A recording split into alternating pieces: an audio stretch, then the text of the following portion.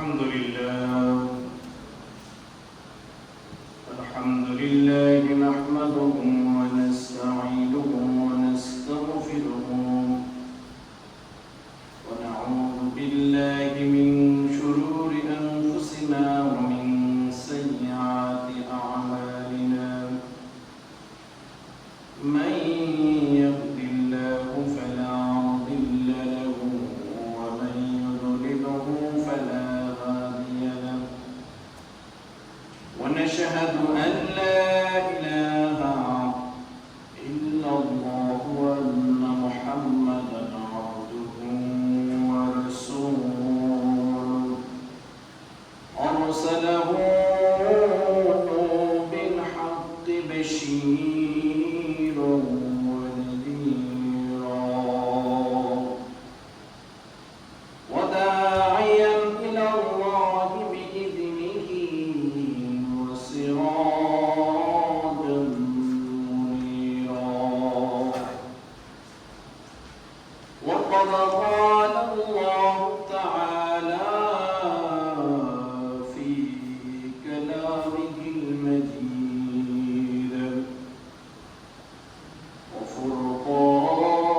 وفرقانه الحميد أعوذ بالله من الشيطان الرجيم بسم الله الرحمن الرحيم من ذا الذي يقرض الله قرضا حسنا فيضاعفه له أضعافا كثيرة والله يقبض ويبسط وإليه ترجعون صدق الله العظيم وقال رسول الله صلى الله عليه وسلم عن أبي هريرة رضي الله تعالى عنه قال قال رسول الله صلى الله عليه وسلم ما من يوم يصبح العباد فيه إلا ملائكة له لا يذكر له أحدهما اللهم أعتد كل مغفرة رواه البخاري إن الله وملائكته يصلون على النبي يا أيها الذين آمنوا صلوا عليه وسلموا تسليما بلغ العلا بكماله كشف الدجى بجماله أسلك الجميع خصاله صلوا عليه وآله بلغ العلا بكماله كشف الدجى بجماله أسلك جميع خصاله صلوا عليه به سبحان الله الحمد لله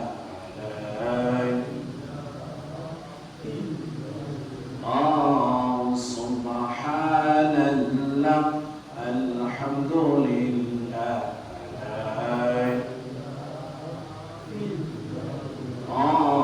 سبحان الله الحمد لله لا إله إلا الله محمد رسول الله لا إله إلا الله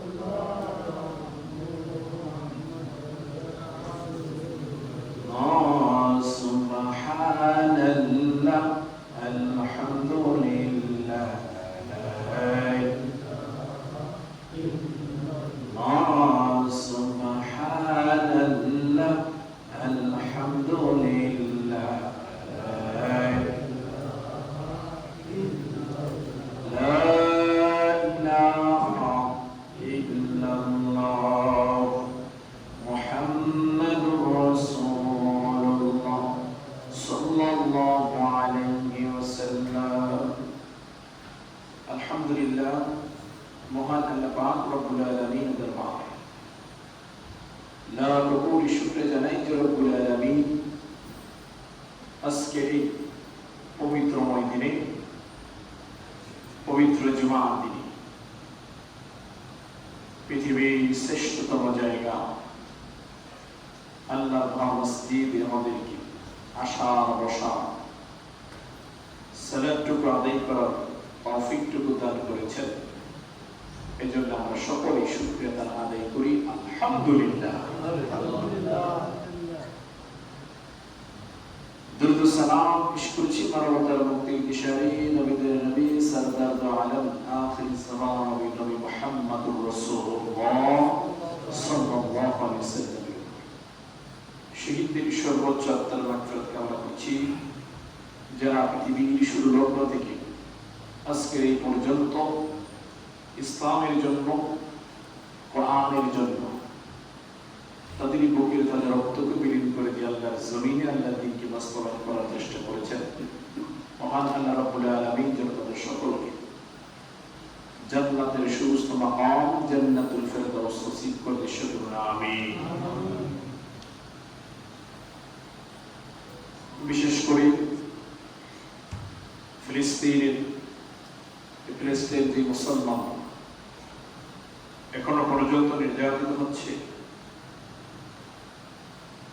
আল্লাহ সুবহানাহু ওয়া তাআলা আমরা তার কাছে ফরিয়াদ করি তিনি যেন তাদের উপরে খাস রহমত বর্ষিত করেন, সাহায্য প্রদান করে সকলে আমিন। সম্মানিত মুসলিম, আল্লাহ সুবহানাহু ওয়া তাআলা আমাদেরকে এই দুনিয়ার মধ্যে অস্থায়ী একটা সময় দিয়ে, টেম্পোরারি একটা সময় দিয়ে এই দুনিয়ার মধ্যে আমাদেরকে পাঠিয়েছেন। এই সময়টা অর্থাৎ এই সময়ের ভিতরে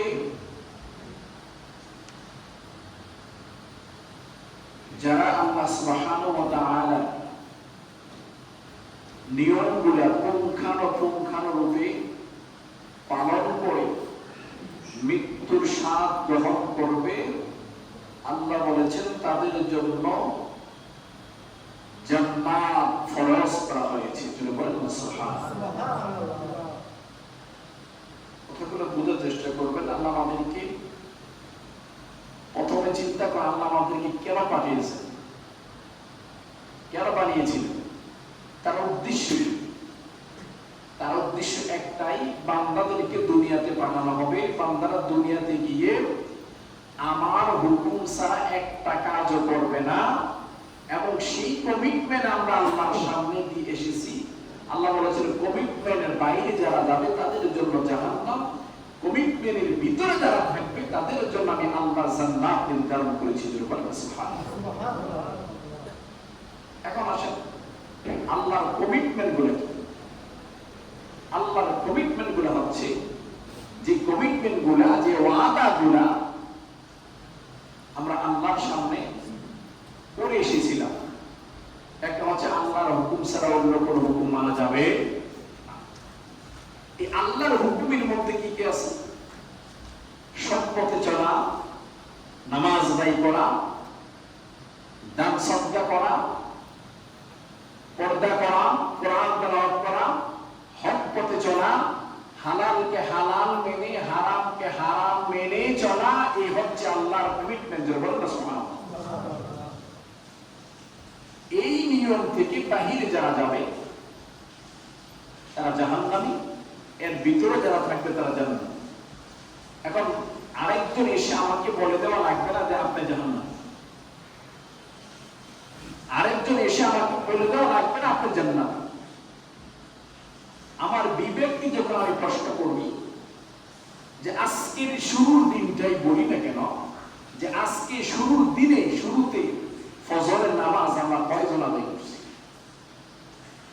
দিনের শুরুতে এই ফজরের নামাজটা হচ্ছে শয়তানের সাথে মুমিনের প্রথম ধাক্কা দিয়ে যুদ্ধে জয়লাভ। সুবহানাল্লাহ। ফজরের দিনে আমরা আল্লাহ সুবহানাহু ওয়া তাআলা বলে যে ব্যক্তি ফজরের 2 রাকাত সুন্নাত আদায় করবে, ফজরের 2 রাকাত সুন্নাত যদি এক পাল্লায় রাখা হয় গোটা জগৎ, আরেক পাল্লায় রাখা হলে ওই ফজরের 2 রাকাত সুন্নতের যে পাওয়ার ওই গোটা দুনিয়া থেকে কয়েক গুণ বেশি হয়ে যাবে। আল্লাহ সুবহানাহু। এখন আসে এটা তো সুন্নতের কথা, তাহলে ফরজ এটার কোনো শেষ করা যাবে? ফজরের সময় ঘুমায় মুমিন ঘুমাতে পারে, এ হুকুম কার? ফজরের সময় ঘুমাবে, এ হুকুম কার? শয়তানের। ফজরের সময় ঘুম থেকে নামাজ দায়ী করবে, এ হুকুম কার? জোরে বলে আল্লাহ। ফজরের সময় মুমিন ঘুমায় না, মুমিনকে যখন মুমিনের কানে আওয়াজ আসে আসসালাতু খায়রুম মিনান নাওম, ওই যখন মুমিন চিন্তা করে ওই জগৎ ওই ঘুম থেকে নামাজ উত্তম, যে ঘুমটা আমার জন্য উত্তম হয় না, এই ঘুমটা আমার জন্য মুমিনের জন্য কখনোই ভালো হতে পারে না। ফজরের শুরুতে আমি যদি শয়তানের কাছে হেরে যাই, শয়তান আমার ডান দিক টিপে বাম দিক টিপে, শয়তান আমাকে আরাম করে দেয়, আরাম দেয়, ওই নামাজটা পড়তে পারবার সময় আছে, আরো সময় আছে, একবার সূর্য উঠলেই পড়বা। আর কাজের সময় এত স্কুল দেওয়া যায় না, কাজ এত কাজ আছে, এরপরে ফাঁকি যদি সময় নামাজ পড়ে নিবা, ওই শয়তান ধোঁকা দিয়ে মানুষকে হারাম করে। আল্লাহ রাব্বুল আলামিন বলেন দুনিয়া একদিকে হয়ে যাবে, তোমার মুমিনের জন্য সালাত ফরজ করা হয়েছে, ওই সালাতটা তোমার জন্য আগে কায়েম করতে হবে। জোরে বলেন না সুবহানাল্লাহ। এটাই হচ্ছে আল্লাহর হুকুম। এখন চিন্তা করেন এই সকালের হুকুমটা, আজকের দিনের শুরুর হুকুমটা, আমি কি শয়তানের পক্ষে গেছি না আল্লাহর পক্ষে? যারা ফজর পড়ছেন তাদের হৃদয়টা বড় হয়ে যাবে, উদার হয়ে যাবে, আমি আল্লাহর পক্ষে আছি। জোরে বলেন না সুবহানাল্লাহ। আর যারা ফজর পড়েন না, যারা চিন্তা করবেন আসলে আপনি কোন দিকে আছেন, নিজেকে যাচাই করেন। মুমিন আমাকে কেউ বলা লাগবে না যে আমি মুসলমান নাকি। আল্লাহ রাব্বুল আলামিন নামাজের মধ্যে কল্যাণ দিয়েছেন, নামাজের মধ্যে শান্তি দিয়েছেন, নামাজের মধ্যে বান্দার উপর রহমত নাযিল করেছেন। কিন্তু নামাজ বাদ দিয়া অন্য জায়গায় কল্যাণ খুঁজে, নামাজ বাদ দিয়া যেখানে বলা হয় তখন মনের মধ্যে পেরেশানি এসে যাবে, ওই পেরেশানির সময় তুমি নামাজ দায়ী করো, নামাজ আল্লাহর কাছে বলো। আর আমরা মুসলমান নামাজ বাদ দিয়া ওই পেরেশানি কামালের জন্য আমরা সিগারেট নিয়ে দৌড়াই, মদের বোতল নিয়ে দৌড়াই, আমরা বিভিন্ন গান লাগাইয়া দৌড়াই। আল্লাহ বলেছেন একরকম, আমরা করি আরেক রকম। তাহলে আমরা মুসলমান, আমরা আল্লাহর কাছে যে কমিটমেন্ট করে শিখি, সেই কমিটমেন্টের মধ্যে আমরা মুসলমান আছি কি নাই, সেই বিবেক যদি আপনাকে প্রশ্ন করা হয় তাহলে আপনি বুঝবেন আপনি মুসলমান নাকি মুনাফিক। নিজেকে চিন্তা করে, আরেকজন বলে দেওয়া লাগবে না যে আমি কোন অবস্থায় আছি। মদের বোতল নিয়ে করতেছে মুসলমানের সন্তান, জিজ্ঞেলে কয়েকটা তারাও আমরা খাই, যে সন্তান আছে নাগরিক হিসেবে খাইতে পারি। জোরে বলেন নাগরিক হিসেবে খায়, এমনি মুসলমান হিসেবে খায় না। ভালো মানুষ মদ খায় কি হিসাবে? নাগরিক হিসেবে। জোরে বলেন নাউজুবিল্লাহ। এদের ভিতরে আপনি দেখেন, চিন্তা করেন কোন জায়গার মধ্যে গিয়ে আছে যে নাগরিক হিসেবে এরা মত খেতেছে। এরা চিন্তাও করে না যে আমি যে কথাটা বলি এটা কোন পর্যায়ে যেতেছে। আল্লাহর সাথে গেলে আল্লাহ আমাকে, যদি আমি আল্লাহকে মানি, যদি না মানি সেটা আপনার বিষয়। যদি বলে আপনি স্বীকার করেন মুসলমান, তাহলে আপনাকে এই বিষয়গুলো আপনাকে বাদ দিয়েই মুসলমান বহন করতে হবে। এটাই আল্লাহর হুকুম। জোরে বলেন সুবহানাল্লাহ। সম্মানিত মুসলিমরা, দানের বিষয়ে আজকে আলোচনা করব। অর্থাৎ এই দানটা কি জিনিস, একটা জিনিস লক্ষ্য করেন, এই দানটা কি জিনিস? আল্লাহ রাস্তায় দান। আল্লাহ বলেছেন বান্দা তুমি তো তোমার জিনিসটা দান করো না। আল্লাহ রাব্বুল আলামিন সূরা বাকারার মধ্যে বলেন আল্লাযীনা ইউমিনুনা বিল গায়বি ওয়া ইউকিমুনাস সালাত ওয়া মিম্মা রাযাকনাহুম ইউনফিকুন। আল্লাহ রাব্বুল আলামিন বলেন বান্দা তুমি যাই কিছু করো না কেন, তোমার থেকে তুমি কোনো কিছুই দান করো না।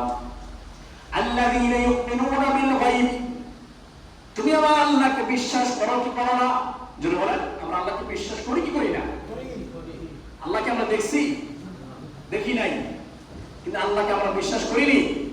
আল্লাযীনা ইউমিনুনা বিল গায়ব, মুমিন আল্লাহকে না দেখে বিশ্বাস করে। সুবহানাল্লাহ বলেন। মুমিনের গুণ, মুমিন না দেখে আল্লাহকে বিশ্বাস করে। আল্লাযীনা ইউমিনুনা বিল গায়ব ওয়া ইউকিমুনাস সালাহ, মুমিন আল্লাহকে না দেখে বিশ্বাস করে। ওয়া ইউকিমুনাস সালাহ, নামাজ আদায় করে। নামাজ আদায় করে মুমিন আল্লাহকে দেখে নাই, কিন্তু আল্লাহকে বিশ্বাস করে। আল্লাহর নিচে, আল্লাহ সামনে দেখতেছেন, আমরা সিজদা করতেছি, নত হইতেছি, রুকু করতেছি, দোয়া করতেছি। কবুল করার মালিক আল্লাহ। কে? আল্লাহ। এটা মুমিনের বিশ্বাস। ওয়া মিম্মা রাযাকনাহুম ইউনফিকুন, রিজিকের মালিক কে? কত লক্ষ্য করবেন, রিজিকের মালিক কে? নাকি আমি যার কাছে কাজ করি তিনি আমার রিজিকের মালিক? রিজিকের মালিক আল্লাহ। আল্লাহ বলেছেন তুমি দান করো, তুমি সদকা করো, তুমি আমার ঘরে দাও। ওয়া মিম্মা রাযাকনাহুম, আমি আল্লাহ তোমাকে যে রিজিক দিছি, আমি আল্লাহ তোমাকে যা দিছি, ওয়া মিম্মা রাযাকনাহুম ইউনফিকুন, সেখান থেকে তুমি, আমি আল্লাহকে সেখান থেকে তুমি দান করো। জোরে বলেন না সুবহানাল্লাহ। তাহলে বলেন রিজিক আমাদেরকে দিচ্ছে কে? আল্লাহ। আবার আল্লাহ বলতেছেন আমি যে রিজিক দিছি সেখান থেকে তুমি কি করো? আমার কাছে ব্যয় করো, আমাকে দাও। আল্লাহ রাব্বুল আলামিন সূরা বাকারা 145 নম্বর আয়াতে বলেন মান যাল্লাযী ইউকরিদুল্লাহ করদান হাসানান ফায়ুদাঈফাহু লাহু আদআফান কাসীরা ওয়াল্লাহু ইয়াকবিদু ওয়া ইয়াবসুতু ওয়া ইলাইহি তুরজাউন। আল্লাহ রাব্বুল আলামিন বলেন, ও দুনিয়ার মানুষ, তোমাদের মধ্যে কে আছে আমি আল্লাহকে ঋণ দিবা? সুবহানাল্লাহ বলেন। কি বলতেছে আল্লাহ? কি বলতেছে? মান যাল্লাযী ইউকরিদুল্লাহ করদান হাসানা, ঋণ দেওয়া মানে হাওলা দেওয়া, করজ হাসানা। হাওলাতে কি? করজ হাসানা। আল্লাহ নিজে বলতেছেন, ও দুনিয়ার মানুষ, ও আমার বান্দা, তোমরা কে আছো আমি আল্লাহকে করজ হাসানা দিবা, আল্লাহকে ঋণ দিবা? আচ্ছা আল্লাহর প্রতি বলেন তো, আল্লাহর কি কোনো কিছুর অভাব আছে? অভাব আছে? তারপরে আল্লাহ কেন এই কোরআনের মধ্যে বলতেছেন তোমরা কে আমাকে ঋণ দিবা, কে আমাকে দান করবা? কেন বলতেছে? আল্লাহ রাব্বুল আলামিন বলেন ফায়ুদাঈফ লাহু আদআফান কাসীরা, তোমরা যখন আমাকে দান করবা, আমাকে ঋণ দিবা, আমি আল্লাহ সেই ঋণটা জমাইয়া এমন একটা সময় তোমার ঋণটা পরিশোধ করব যেই সময় তোমার দুনিয়ার কোনো কিছুই কাজে আসবে না। জোরে বলেন না সুবহানাল্লাহ। আল্লাহু ইয়াকবিদ, আল্লাহ বলেন তাহলে ঋণ আল্লাহ আমাদেরকে চাইতেছে, এখন আমরা ঋণটা আল্লাহর কাছে সরাসরি দেওয়ার সুযোগ আছে? কথা বলেন, সরাসরি আল্লাহকে আমরা দিতে পারবো? দিতে পারবো না। তাহলে দিব কোথায়? আল্লাহু ইয়াকবিদ ওয়া ইয়াবসুতু ওয়া ইলাইহি তুরজাউন। আল্লাহ বলেন বান্দা তুমি আমাকে ঋণ দিবা, সেই ঋণটা হচ্ছে আমার রাস্তায়, সেই ঋণটা হবে আমার ঘরে, সেই ঋণটা হবে সদকায়। তুমি যখন এগুলার মধ্যে দান করবা, আমার ঘরে যখন দান করবা, মসজিদে যখন দান করবা, এই দানটা তোমার জন্য চুর নয়, এই দানটা আমি আল্লাহ তোমার কাছ থেকে ঋণ হিসাবে নিয়ে যাই। বলে বলেন না সুবহানাল্লাহ। তার যে দানটা আমরা করতেছি, আমরা মনে করতেছি দানটা মনে হয় শেষ। তাহলে আমরা যে দানটা করি, এই দানটা ঋণ হিসাবে পৌঁছায় কার কাছে? আল্লাহর কাছে। সূরা বাকারা 245 নম্বর আয়াতে আল্লাহ বলতে জানাই দিয়েছেন তুমি যে দানটা করতেছো, আল্লাহ বসে আছে।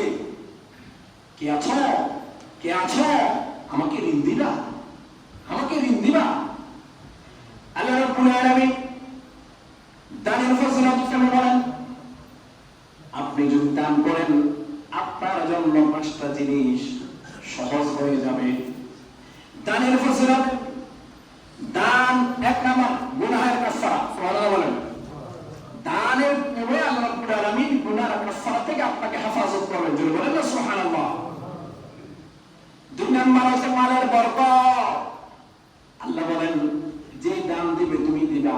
যে দান তুমি দান করবা, আমি আল্লাহ ওই ধানগুলো আমি বৃদ্ধি করে ওই দানগুলো আমি বাড়াইয়া তোমার কাছে আবার পাঠাবো। এটাই হচ্ছে আমার প্রতিজ্ঞা। জোরে বলেন সুবহানাল্লাহ।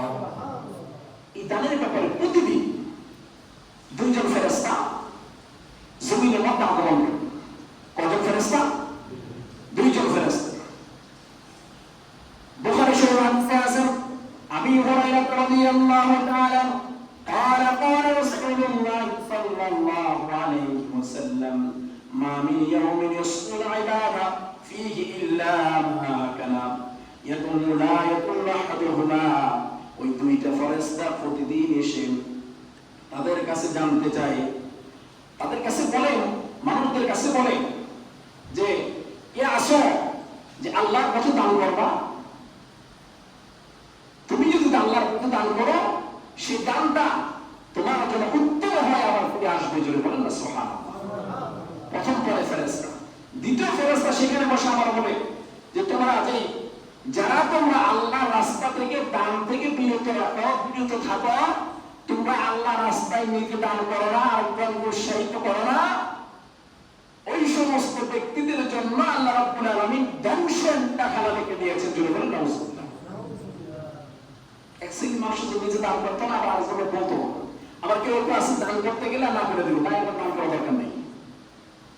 দুটো ফেরেশতা নিয়োগ আছে। একজন বলে তোমরা দান করতেছ, এটা উত্তম হিসেবে ফিরে আসবে। আরেকজন বলতেছে তুমি দান করতেছো না, এই তোমার এই দানটা আল্লাহ ফেরত নিতেছে, তোমার জন্য বংশের লেখা আছে, তোমার রিজিক আল্লাহ আস্তে আস্তে উঠাই নিতেছে, পেরেশানি করে দিতেছে। তুমি যেখানে হাত দাও সেখানে শেষ হয়ে যেতেছে, যেখানে হাত দাও সেখানে শেষ হয়ে যেতেছে। এই ধ্বংসটা হচ্ছে আল্লাহ রাস্তায় দান না করার কারণ। বলে বলেন নাউজুবিল্লাহ। তিনি ভয়ঙ্কর মৃত্যু থেকে হেফাজত, ভয়ঙ্কর মৃত্যু থেকে হেফাজত। এই ভয়ঙ্কর মৃত্যু দানের বিনিময়ে আল্লাহ রাব্বুল আলামিন আপনাকে সহজ প্রদান করবেন। যেই মৃত্যুটা হবে ইমানদারের জন্য, যখন একটা মশাই যখন কামড় দেয় এরকম লাগবে, এর থেকেও সহজ হয়ে যাবে। যারা আল্লাহর রাস্তায় দান করে মৃত্যুবরণ করবে, তাদের মৃত্যুটা এমন সহজ হয়ে যাবে। জোরে বলেন না সুবহানাল্লাহ। এটা হচ্ছে যেটা বলা হয় সহজ হয়ে যাবে। এখন বিপদ থেকে আল্লাহ হেফাজত করবেন। ভয়ঙ্কর মৃত্যু, এটা বিপদ থেকে আল্লাহ কি করবেন? হেফাজত করবেন। এই ব্যাপারে একটা কথা বলা হয়, হযরত সুলাইমান আলাইহিস সালামের সময় সব পশু পাখি থেকে শুরু করে সমস্ত কিছু সুলাইমান আলাইহিস সালাম তার বাসা বুঝতেন। তৎকালীন সময়ের বাদশা নবী সুলাইমান আলাইহিস সালাম একটা পাখি এসে তার কাছে অভিযোগ করলো, নবী আপনি এখানে আছেন, একজন ব্যক্তি প্রতিদিন আমার বাসা থেকে ডিম নেয়, আমি ডিম পাড়ি রেখে যাই, আর ওই ব্যক্তির গাছ বেশ দিয়ে ওঠে, ওঠার পরে আমার থেকে সেখান থেকে ডিম নিয়ে এসে ডিমটা নষ্ট করে ফেলে, খেয়ে ফেলে। এর বিচার আমি আপনার কাছে দিলাম, আমার বিচারটা আপনাকে করতে হবে। সুলাইমান আলাইহিস সালাম তিনি জিনকে নির্দেশ দিলেন। কাকে? জিনকে নির্দেশ দিলেন, শোনো এই পাখিরা যে অভিযোগ করছে, তুমি সেই গাছের কাছে যাইবা, গিয়ে দেখবা যদি তার অভিযোগ সঠিক হয়, তাহলে ওই ব্যক্তিকে তুমি এমন করে উড়া দিবা যাতে করে সে এমন তার মৃত্যুটা ভয়ঙ্কর মৃত্যু হয়। ওই কথা অনুযায়ী সুলাইমান আলাইহিস সালাম যখন আদেশ করেছেন জিনকে, এই আদেশ জিনকে মানছে কি মানে নাই? জোরে বলেন, মানছে কি মানে নাই? মানছে। জিন পর্যন্ত সুলাইমান আলাইহিস সালামের কথা শুনতো, হুকুম পালন করতে। জোরে বলেন না সুবহানাল্লাহ। এটাই হচ্ছে আল্লাহর মুজিজা। সুলাইমান আলাইহিস সালাম যখন জিনকে নির্দেশ দিলেন, নির্দেশ দেওয়ার পরে জিন সেখানে যা হাজির হয়ে গেল। জিন হাজির হওয়ার পরে সেখানে ওই পরের দিন জিন দেখলো, কিন্তু ওই লোকটা ওইখান থেকে ডিমটা আমার কাছে উঠে ডিমটা নিয়ে আসতে খেয়ে ফেললেন। ওই পাখি আবার এসে অভিযোগ করলেন যে নবী আপনার কাছে বিচার দিলাম, আপনাকে আমার বিচারটা করলেন না। জিন এসে জিনকে যখন ডাকা হলো,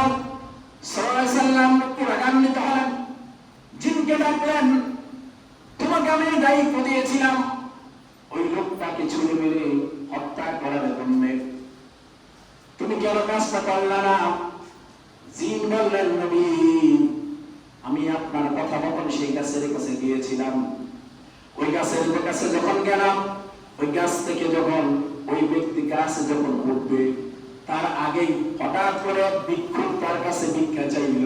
সে তার পুটলি থেকে কিছু খাবার বের করে ওই ভিক্ষুককে দিল। ভিক্ষুককে দেওয়ার পরে ওই ব্যক্তি এরপরে যখন গাছে উঠতে লাগলো, আমি যখন তাকে হাত বাড়াইলাম, আমি তাকে স্পর্শ করবো, উড়ে ফেলে দেব। হঠাৎ করে 2 থেকে 3 জন ফেরেশতা এসে আমাকে এমন করে ধরলো, আমি আর তার সামনে যাইতে পারলাম না, তাকে আঘাত করতে পারলাম না। নবী সুলাইমান আলাইহিস সালাম বুঝতে বাকি রইল না, ওই ফকিরকে খাদ্য দেওয়ার কারণে আল্লাহ ফেরেশতা দিয়ে তাকে মৃত্যু থেকে বাঁচাইছে। সুবহানাল্লাহ। ফেরেশতাকে দিয়ে আল্লাহ রাব্বুল আলামিন যে সরাসরিদের জিনকে সেখান থেকে বাঁচাই দিয়েছে। এটা হচ্ছে দানের যে ফজিলত, মানুষকে খাওয়ানোর যে ফজিলত, সেই ফজিলত থেকে আল্লাহ ছোট বড় অনেক গুনাহ আছে, ছোট বড় অনেক বিপদ আছে। আমরা যখন রাত্রে ঘুমাই, আমরা যখন আপনি ঘুমাই, আমাদের কি কোনো খেয়াল থাকে? কোনো খেয়াল থাকে না। আমাদের কানের ভিতরে যদি পিঁপড়া ঢুকে, অন্য কোনো কিছু ঢুকে, আমরা কি আর পাবো? সর্বাবস্থা একটা মুসলমানের, সর্বাবস্থা একটা মুমিনের, সর্বাবস্থা একটা মানুষের পূর্ণাঙ্গভাবে পাহারা দেয় আল্লাহ পক্ষ থেকে ফেরেশতারা। বলেন না সুবহানাল্লাহ। দানের বিনিময় দান। চতুর্থ আল্লাহ আরশের ছায়া। আল্লাহ আরশের মধ্যে ছায়া পাবে যারা আল্লাহ রাস্তায় দান করবে। 5 নম্বরে জান্নাতের মধ্যে একটা বিশেষ দরজা আছে। যারা দানকারী, সাদকাকারী, তাদের জন্য ওই জান্নাতের বিশেষ দরজা দিয়ে তারা জান্নাতের মধ্যে প্রবেশ করবে। জোরে বলেন না সুবহানাল্লাহ।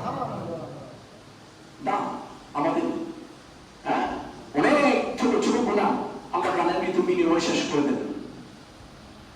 এই জন্য মুসলমান আমাদের তৌফিক অনুযায়ী আমরা সবসময় কোনো না কোনো বিষয়, কোনো না কোনো দান করবো। আল্লাহ রাব্বুল আলামিন আমাদের সকলের দান সদকা নিয়ত আল্লাহ কবুল করে সেগুলো আমিন। ما هي صدقة؟ إن أعطى الصدقات في مصطلح الإسلامية العربي يعني يسمى صدقة كلها الصدقات تأتي من كل صدقات في المصطلحات تسمى صدقة انفقار المال بهدي الله، وحيث هو سنن رضوان الله تعالى انفقار المال الذي حصل عليه المشركون أنفس حب شر الإنسان مصدر العشية والإنسان.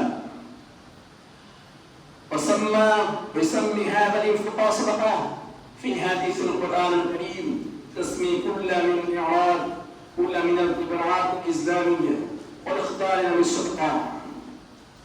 ومع ذلك بالمعنى التقلفات والفقراء فقد صدقة توعيد تسمي صدقة النواعي صدقة أولئك